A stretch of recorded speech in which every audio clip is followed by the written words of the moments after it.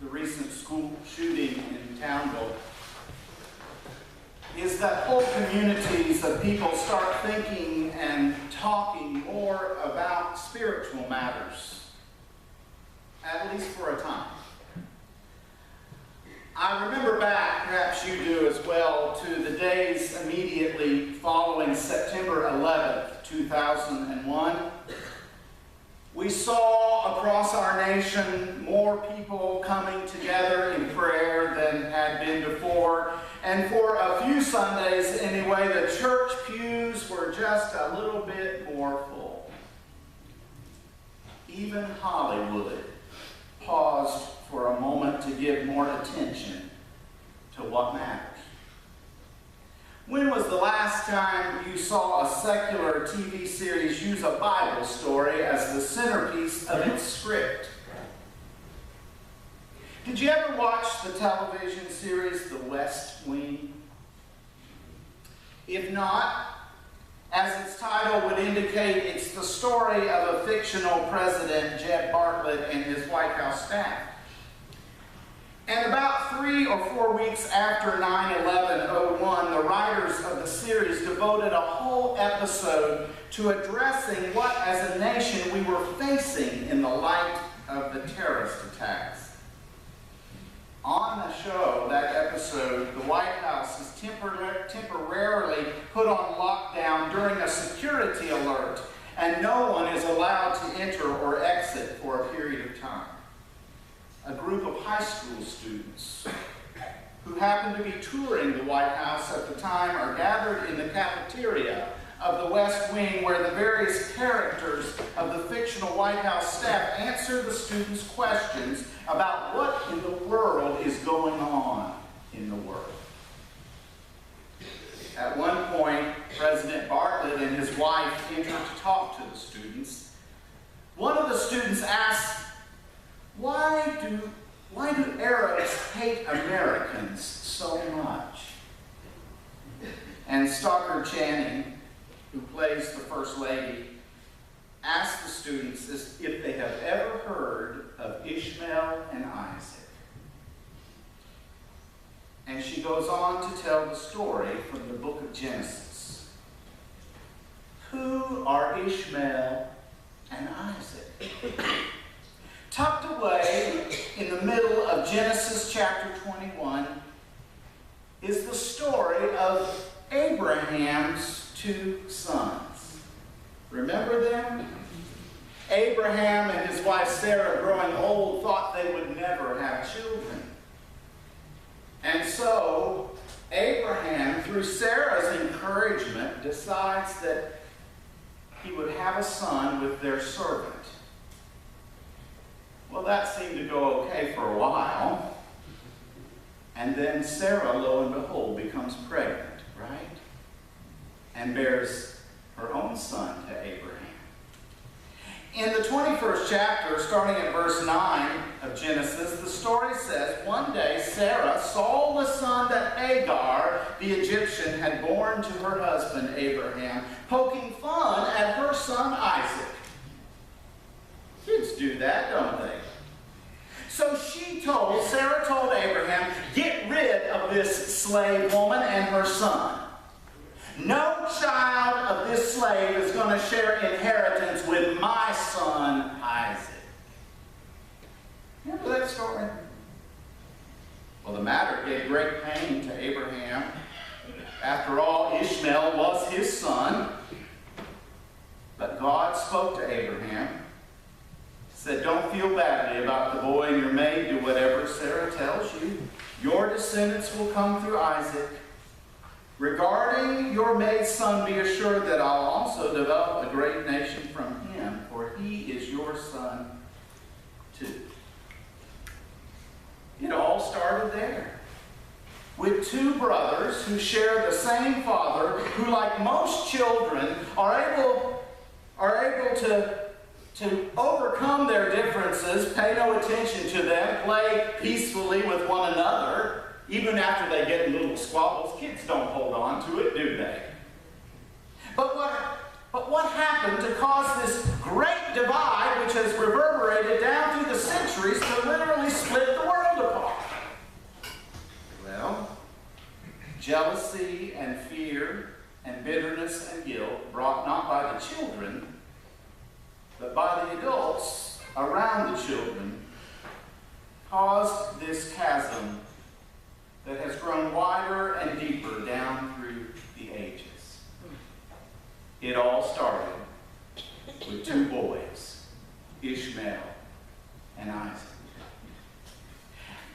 At the heart of much of the tragedy in our world today, both the tragedies of global events and the tragedies of personal family events, is this very story, the story of Ishmael and Isaac, or the story of Cain and Abel. It's the divide driven by jealousy and fear and bitterness and greed and guilt. It is a divide that has been wedged in the name of nations, or in the name of race, or in the name of gender, or in the name of religion, or in the name of sexual orientation, or in the name of God. It is a divide that at times has split parts of the world, split parts of nations, split parts of cities and communities, split parts of families. It is a divide separated at times by a river of blood created by wars, large and small. The divide has for many ages bred violence and destruction and death. And the divide has led to the slaughter of the innocent. Children, perhaps, have suffered the most by the ongoing existence of the divide. Children who, left alone, like the boys Isaac and Ishmael, would likely just play peacefully with one another and work out their little squabbles, too often are the tragic victims of this ugly, evil divide. The prophets of God through the ages have lived and spoken in the midst of the divide. This morning we hear the words of a lesser known but articulate prophet named Habakkuk. He, like many who witnessed his community and his people shattered by an enemy on the other side of the divide, or who see his own people succumbing to the violence driving the divide deeper, question, when will it all end? You ever ask that question? Even in the last few days, gunshot heard all across this city, right? North, south, east, and west. And we ask, when will it all end? And what's going to be done about it? And just how and where will justice be avenged? And what are our leaders doing about it? And how can we protect ourselves and our way of life? And where is God in all of this? Have we heard those kind of questions asked? The Bible seems to teach us that asking these questions is not a matter of doubt, but a necessary part of healing as a people of faith. Habakkuk, like many, asks the questions and seems to get no quick, easy answers. So what does he do? Habakkuk climbs a watchtower and he waits. Perhaps that is where we are right now as well. We are waiting. And I fear that sometimes in our great weakness of impatience, we shall not be as faithful as Habakkuk in our period of waiting. And we won't climb our watchtower, and we might miss the vision which God says is coming. There's a vision coming, answers are coming. In our haste to gain revenge, we risk driving the divide deeper and wider and multiplying the violence and the death and the destruction. But we've got to do something, right? We've got to do something. How many of you have been in some kind of waiting room recently? A hospital, doctor's office. What do we do in the waiting room? Well, We read old, outdated magazines, right? We talk with the other people, sometimes in the waiting room with us. We pray in the waiting room, don't we? And a lot of times we go get something to eat. Perhaps this is what God wants us to be doing in our waiting room today. Perhaps the vision that God has promised that will come to us in the very midst of our reading and talking and praying and eating together. And what will that vision God has for us be all about? I suspect it will have something to do with the great divide, which always seems to be at the heart of the pain in our world and in our lives. What are we to do when there's such a great divide? How do we handle a divide? How do we get from one side to the other side when there's a divide?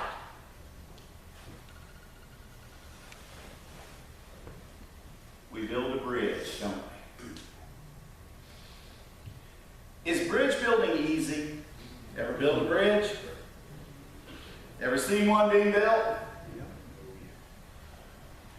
I hope that Craig could have brought a beautiful picture he took, I don't know how long ago, of the Cooper River, the Arthur Ravenel Bridge in Charleston. Have you ever seen it?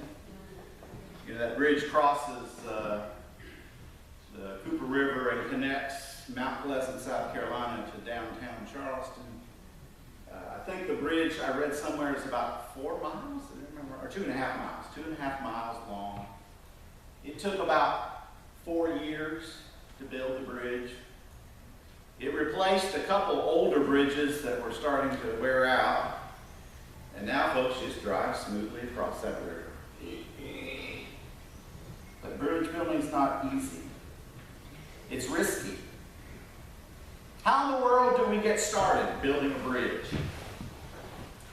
Well, Jesus often did it with food.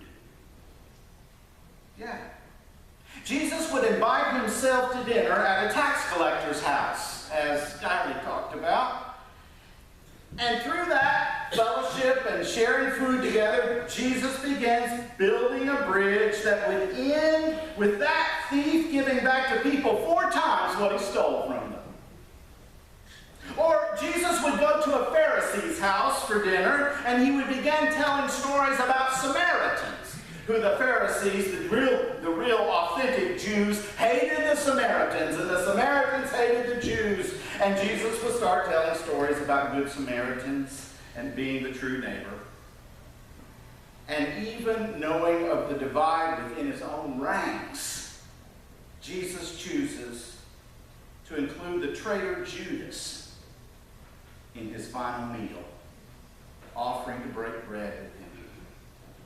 Jesus uses bread to build a bridge.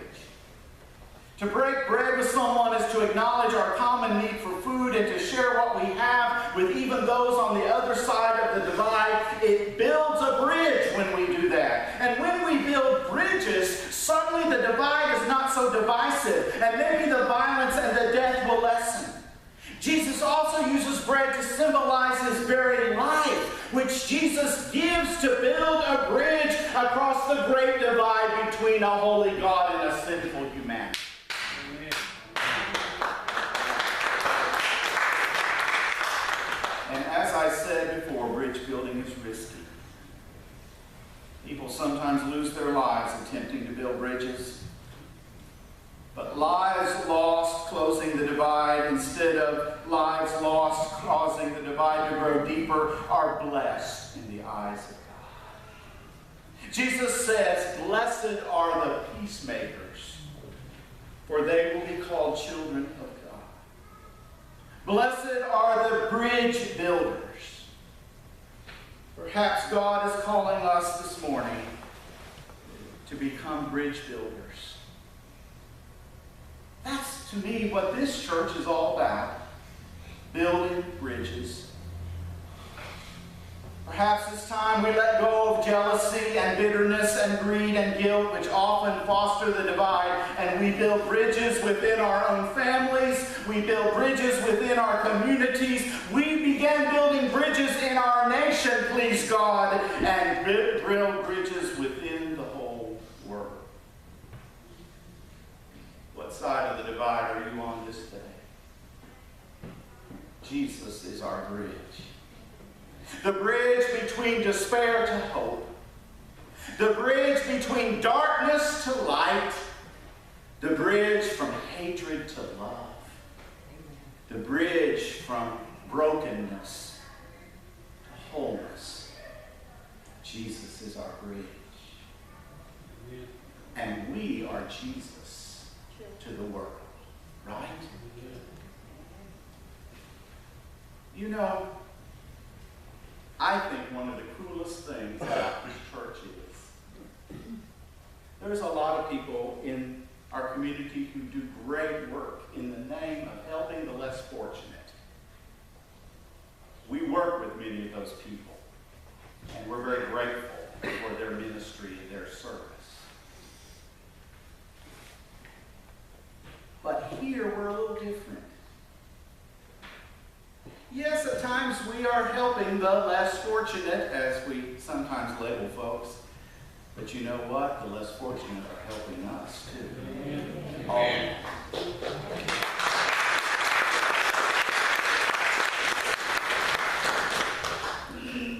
A gentleman showed up here this morning that's been coming in and out of this church ever since we opened the doors. And I don't know if he's still back there or if he's skipped out. I think his name's James. James been coming here. James sometimes shares in a meal here, worships with us. I don't know what James does when he's not here.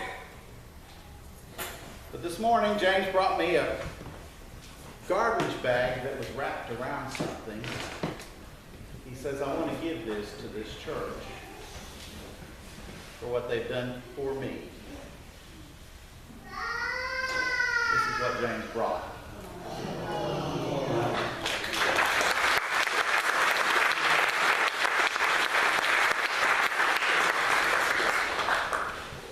See, I got to think that's about the bridge that's been built. Amen. And continues to be built as we learn how to live together here on South Main Street. Realizing that who are we? God's children. We are all God's children. Would you pray?